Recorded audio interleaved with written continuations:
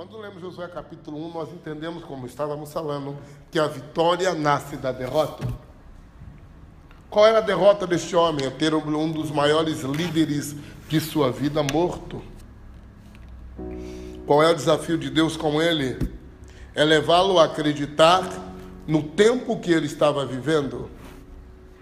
Aprenda que para Deus não existe um povo escolhido e especial. Na verdade, no hebraico, aquela palavra é um povo adequado. Então, a questão de nós pensarmos que Deus irá nos dar alguns benefícios para vencermos, para que sejamos diferentes dos demais, isto é uma loucura, porque precisamos entender qual a nossa posição dentro do que Ele fala. Como ser adequado à proposta de Deus? Como sermos adequados à visão que Deus revela, que essas coisas podem ocorrer na nossa geração.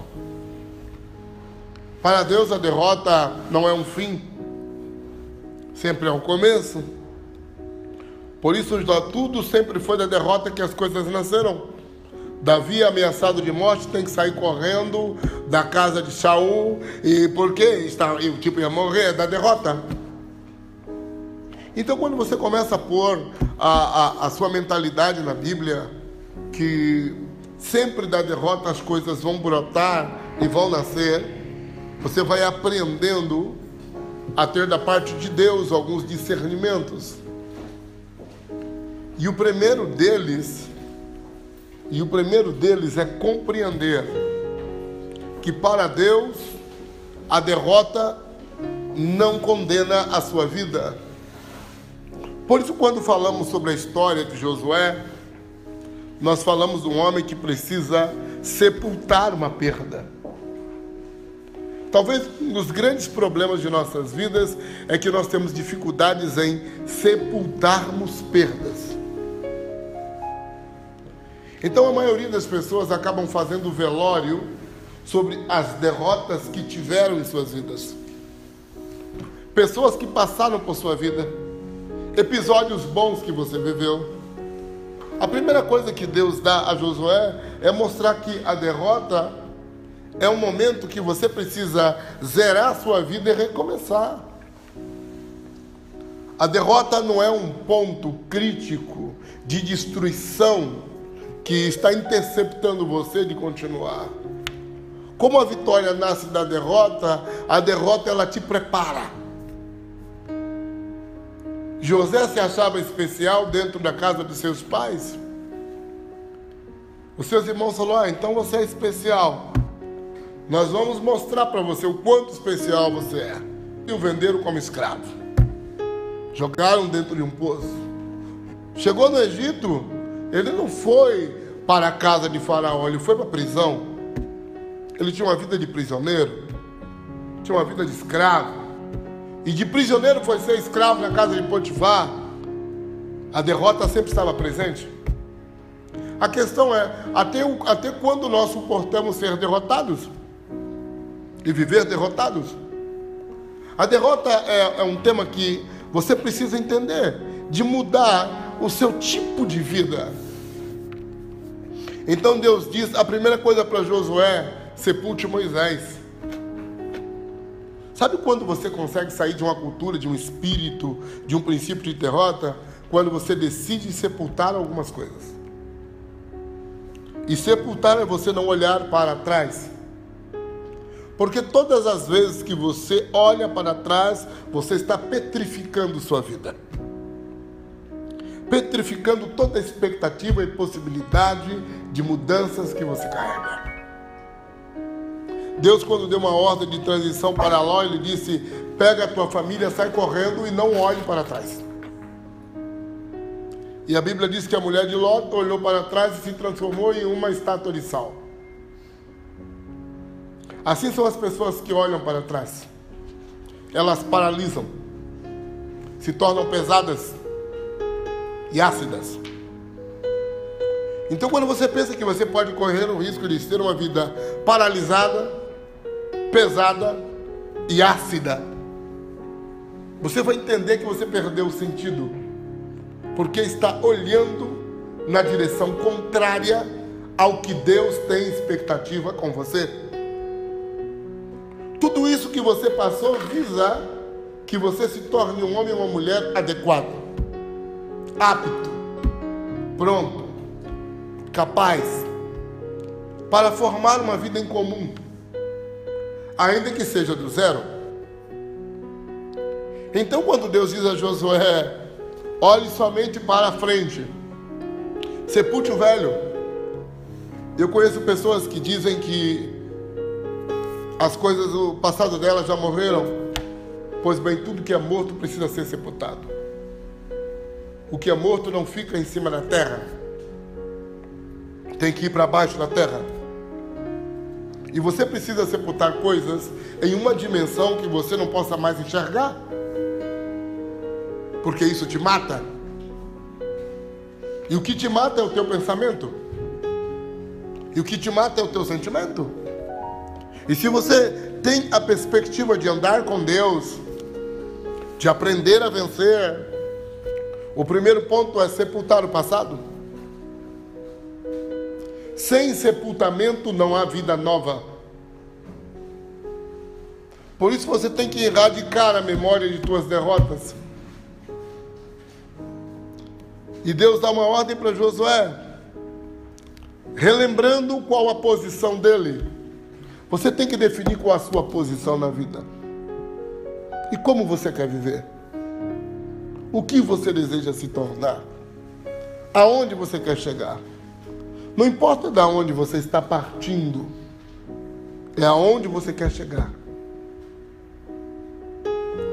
Se você entende isso, então o Senhor começa a dizer a ele qual era a missão dele.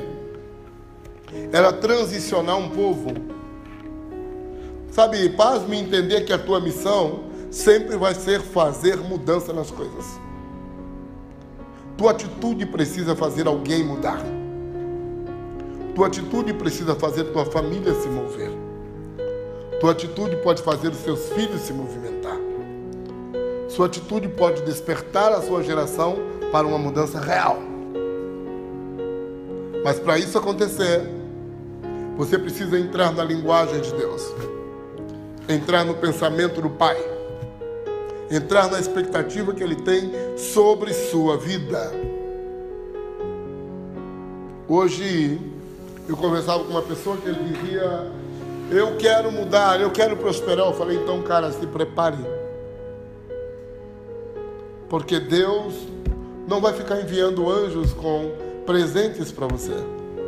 Perca essa visão de criança, perca essa visão infantil do Evangelho e entenda que Deus trabalha com pessoas que geram vitórias a partir de derrotas. Se suas derrotas não imprimiram em você uma revelação clara do que você quer ser, você tem uma vida fracassada.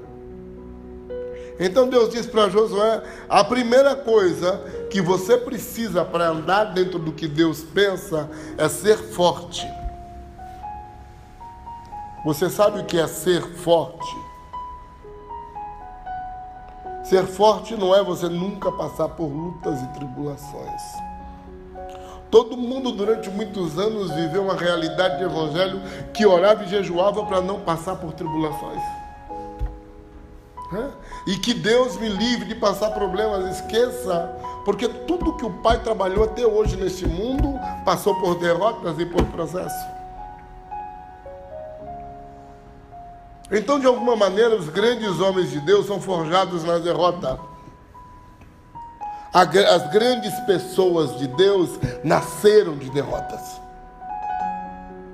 E quando aprendemos isso, ser forte, nenhuma pessoa fraca pode sustentar alguma coisa pesada. Coisas leves são para pessoas fracas. E se de alguma maneira você tem expectativa que Deus faça alguma coisa grande na sua vida, isso terá peso. E se você quer alguma coisa de relevância e com peso de Deus, isso exige que você se torne forte. forte para perdoar, forte para esquecer, forte para quebrar com o passado, forte para carregar consequências.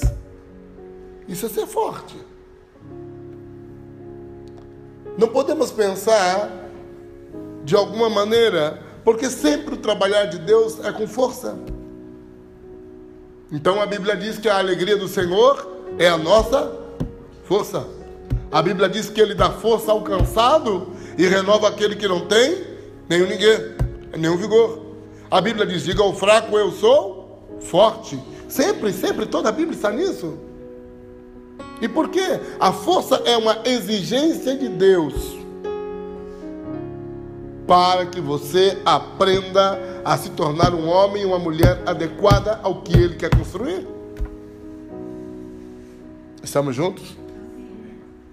Não podemos mais ter uma visão tão infantilizada das coisas e dizer: Senhor, eu... Não. Paulo disse: Senhorei. Eu não aguento. Deus disse: pá, a minha graça te basta, anda.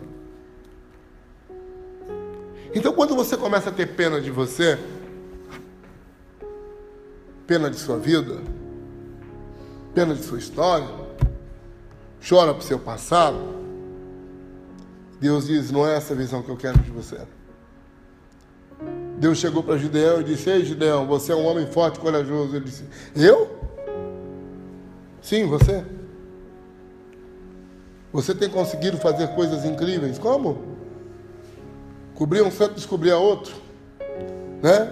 Estava lá marretando trigo no lagar, fazendo coisas invertidas que ninguém fazia. Esse era Gideão. Estava se virando. Um homem forte se vira. Muda as coisas de lugar. Cria novas alternativas. Recomeça. Quebrou 7 vezes uma empresa, abre outra. Você é forte? Então acredita. Ser forte. Porque Deus trabalha com os fortes. Esse foi o princípio de Caleb. Ele disse: não me importa. Tenho força. Tenho 80 e luto como se tivesse 40. Como homem preparado, como homem pronto. A questão é que quando perdemos essa visão, nós criamos uma visão muito encantada da vitória. E que Deus vai me dar vitória. As vitórias da Bíblia foram construídas. Os israelitas, para ter vitória, tinham que lutar. Tinham que empunhar em espada. Pessoas morriam. Era uma guerra. A vitória é construída. A vitória não cai do céu. Nunca caiu. Sempre foi formada. Porém, é mais leve e mais bonito acharmos que Deus vai nos dar vitória. Deus vai te dar força. Vitória você vai construir. Deus vai te dar sabedoria, inteligência, oportunidade, pessoas certas. As demais coisas você constrói. Queremos isso ou não? Às vezes nós somos como o povo do deserto. Queremos que Deus faça tudo e a gente não vai fazer nada. Porém, é tempo de virar a mesa e entender que as coisas duras revelam o potencial que nós carregamos. As coisas duras não são de todo ruim. São boas porque nos ensinam. Você nunca aprendeu com a sua alegria. Você sempre aprendeu com a sua dor. Toda a tua vida. Todas as vezes que você estava bem, você fazia cagada e se distraía. E todas as vezes que você entra nesse processo de dor, de angústia, então, de alguma maneira isso gera um choque dentro de você, que te balança, e você recobra o juízo, e esse desequilíbrio te equilibra. Como dizia semana passada, os desequilíbrios são bons. Então, pessoas fortes estão prontos para ter qualquer coisa de relevância. Ter uma família, ter um ministério, ter um negócio, Porque são fortes. E todas as vezes que Deus te deu alguma coisa pesada, não acha ruim? É sinal que Ele te acha forte. Sabe aquela palavra que Ele não te dá nada que você não possa suportar? Não possa carregar? Não possa arrastar e levar? Tudo que você carrega porque Deus acredita que você é suficiente para isso. Sua suficiência vem de Deus. Por isso seja forte, disse Ele para Josué 3 vezes. Seja forte e corajoso, porque a vitória nasce da derrota. E corajoso é ser destemido. Então, quando nós falamos sobre ser forte e corajoso, segundo a Bíblia está nos dando toda uma direção e uma capacidade que nos faz entender como isso deve funcionar. O que é ser forte? O que é ser forte e corajoso? Então, a primeira coisa, Deus entende que um homem sozinho pode resolver uma nação quando ele é forte. Então Ele levanta um Sansão. Se você é de uma família fraca, tem que ter algum Sansão dentro dela. Se você é de uma família oprimida, tem que se levantar algum Moisés. Alguém tem que se despontar. Alguém tem que ser forte. Alguém tem que fazer o negócio acontecer. O problema é quando você tem um espírito de derrota de um povo, você não trabalha junto com Deus. Então, ser corajoso é um tipo de pessoas que não teme nada. Não teme ser derrotado. Não teme viver triunfo. Não teme ganhar. Não teme perder. Estamos juntos? Você não ama a Deus se você não aprendeu a amar a você mesmo. Sabe qual é o princípio do amor de Deus? É quando você ama aquilo que Ele criou. Fale para o seu irmão, quando você diz que a sua vida é ruim, você está culpando Deus e dizendo que Ele criou uma droga, um erro. Você está culpando o fabricante. Entende? Você culpa o fabricante. Todas as vezes na sua vida que você reclama da sua vida, você está culpando o fabricante da sua vida. Você não é um erro. Você não é um fracasso. Você não é uma derrota. Você pode estar passando por isso. Então que você seja. Deus não errou quando criou você. Deus colocou todos os recursos e todas as condições que você precisa exatamente para criar uma vida de triunfo. E quando nós começamos então a culpar o fabricante, nós deixamos de amar a nós mesmos. Há 2 coisas que nós não sabemos lidar: é amor e bondade. Sabe por quê? Porque não entendemos como Deus trabalha com isso. Você sabe o que é ser bom? Ser bom não é quando você dá o pão para o seu próximo. A Bíblia manda você dar o pão ou dividir o pão? Por que dividir? Porque você não pode ser bom com as pessoas e ser ruim com você. Quando você é bom com as pessoas, mas é ruim com você, a sua bondade é injusta. Porque você não ama, você não pode amar nada mais que a si mesmo. A proporção é a mesma. Então você diz, eu peguei todo o dinheiro no bolso que tinha e dei para uma pessoa. E você volta para sua casa em dificuldade. Isso é uma idiotice, uma tolice. E por quê? Porque a Bíblia diz que você tem que dividir e não se penalizar. E quando você faz isso, você está exercendo bondade para outro. Eu conheço pessoas que dizem, não, eu não tenho coragem de comprar esse carro para mim, de fazer uma viagem para mim. Eu me sinto culpada, eu me sinto mal. O que é isso? Você não é bom para si mesmo. Você só é bom para os outros. e você tem um problema com Deus, porque Deus te criou para você ser bom para você e bom com os outros. Isso é amar a si mesmo. Isso é ter bondade. Isso é entender como Deus opera. Por isso, não hesite em desfrutar. Sabe o que é desfrutar? É dizer, vou me dar um presente. Compreende? Sabe, Luciana, vou me dar um presente, vou comprar uma Mercedes. Isso, faça isso. Que o Carlos fica com Corolla nele, não tem problema. Sim, claro. E que é isso? Hoje eu vou comer bem. Isso é aprender a amar. Vou tomar um bom vinho. Estou cansado, vou para minha casa na praia. Isso é você aprender a amar a si mesmo. Quando você não sabe fazer essas coisas, você não sabe como Deus trabalha, como Deus opera. Há um problema nisso.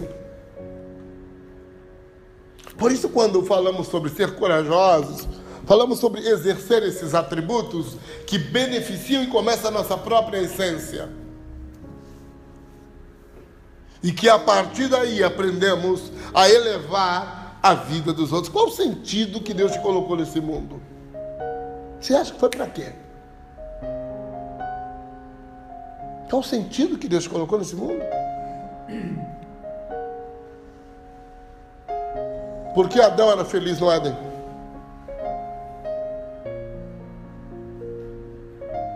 Por que Adão era feliz no Éden?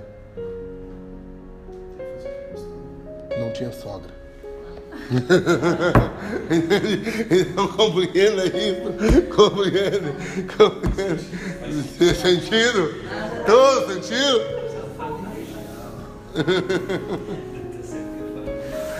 Vamos lá.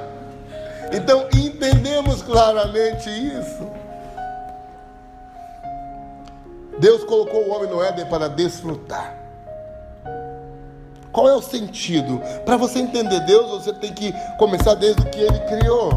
Então Deus colocou o homem no Éden. Qual o sentido da sua vida? Se alguém te perguntar qual o sentido da sua vida, o que é que você vai? Por que Deus te criou e te colocou nesse mundo? Para quê?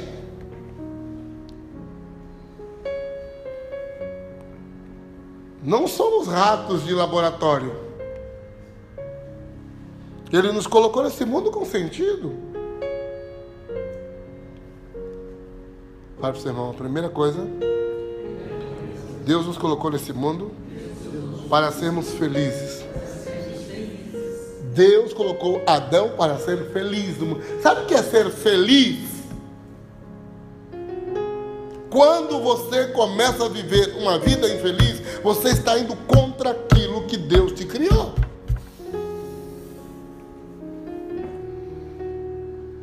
Então, a felicidade é uma missão pessoal sua, da tua casa, do teu lar, do teu trabalho. Felicidade.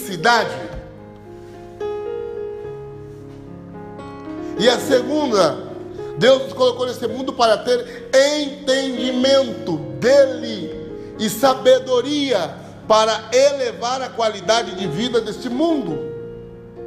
Essas duas coisas. Sem essas muitas miragens. Não, o sentido que Deus criou Adão foi esse.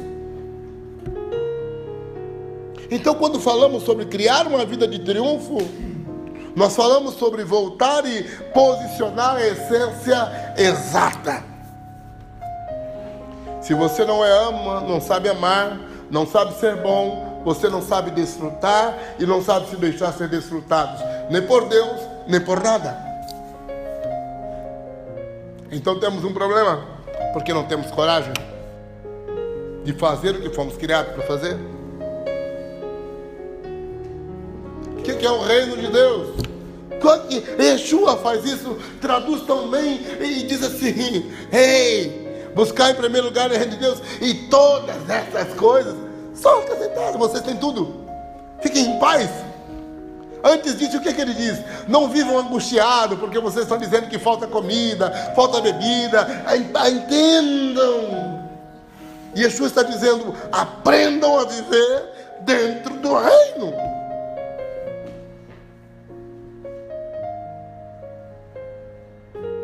temos que ser corajosos para assumir uma mensagem e fazer dela uma vida que mude as coisas. Quantos querem construir felicidade aqui? De verdade? Opa! O Pai não fez vocês para viverem mal? Felicidade não é uma pílula, é uma construção, é uma iluminação, é uma coerência. Então não podemos viver mais como estamos vivendo. Estamos fora de Deus. Falamos tanto de Deus e vivemos totalmente fora do que Ele nos criou. Por isso, as vitórias nascem da derrota. E quando compreendemos bem isso, compreendemos o pensamento de Deus. Ser corajoso é ser destemido, é entender que nada nesse mundo vai poder me impedir ou me assustar ou me amedrontar da essência verdadeira que eu carrego. Então que Deus diz a Josué, cara, não se assuste com nada. Não deixe que nada desvie você daquilo que você tem que atingir. O grande problema é que nós somos desviados daquilo que deveríamos atingir. E nos desviamos por nossas aflições, por nossos traumas, pelas coisas que não sepultamos. Fique tranquilo, gente. Talvez sejam anjos andando por aí. Então nós simplesmente saímos da rota e pegamos uma maneira de viver que nada tem a ver com o próprio Deus. Sabe como o adversário das almas, das nossas almas, judia as pessoas fazendo você viver assim mal? Você precisa chegar a algum momento com Deus e dizer, Pai, perdão porque estou vivendo errado há muitos anos. Construo minha vida errado, administro errado, faço tudo errado e você não está nisso. Eu quero que você possa pensar sobre esse princípio, porque é um princípio que nos posiciona de entendermos que a nossa vitória nasce da derrota. Não vivemos sucesso, mas vivemos triunfos. Se você é filho de Deus, você precisa entender o sentido que